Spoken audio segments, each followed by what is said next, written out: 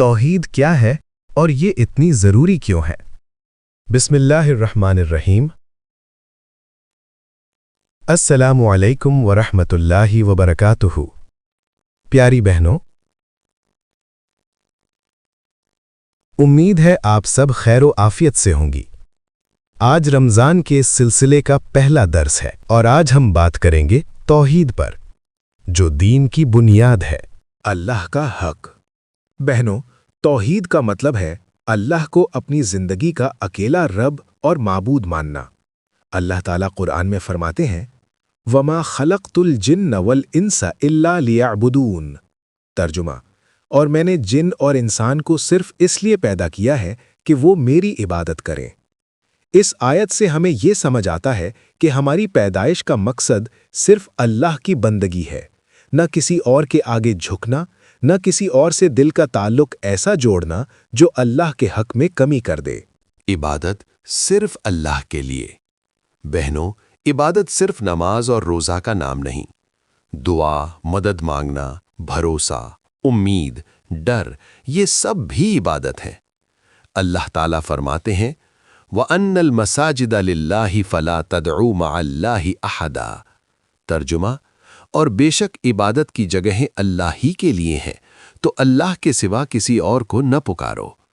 جب ہم مشکل میں اللہ کے سوا کسی اور کو پکارتے ہیں تو یہیں سے توحید کمزور ہونے لگتی ہے۔ توحید یہ سکھاتی ہے مشکل میں سب سے پہلے اللہ۔ آج کی خواتین اور عقیدہ۔ بہنوں، آج کی خواتین عبادت کرتی ہیں، یہ بہت اچھی بات ہے، لیکن ساتھ ہی تعویذ پر یقین، نظر سے حد سے زیادہ ڈر، لوگ کیا کہیں گے کا خوف، رسم و رواج کو دین سمجھ لینا، یہ سب چیزیں عقیدے کو نقصان پہنچاتی ہیں۔ اللہ تعالیٰ فرماتے ہیں وَإِن يَمْسَسْكَ اللَّهُ بِالضُّرٍّ فَلَا كَاشِفَ لَهُ إِلَّا هُوَ۔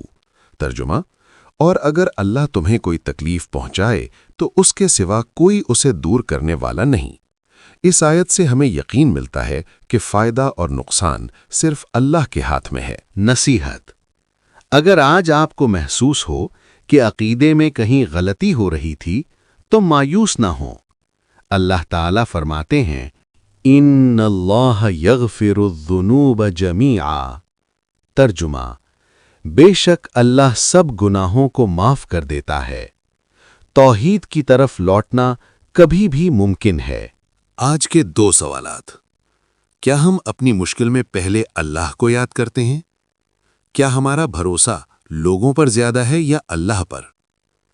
ان سوالات پر سوچئے۔ یہ درس کسی پر تنقید کے لیے نہیں، بلکہ اپنے اور اپنی فیملی کے عقیدے کی اصلاح کے لیے ہے۔ اللہ ہم سب کو صحیح توحید سمجھنے اور اس پر چلنے کی توفیق دے۔ آمین۔ السلام علیکم ورحمۃ اللہ وبرکاتہ۔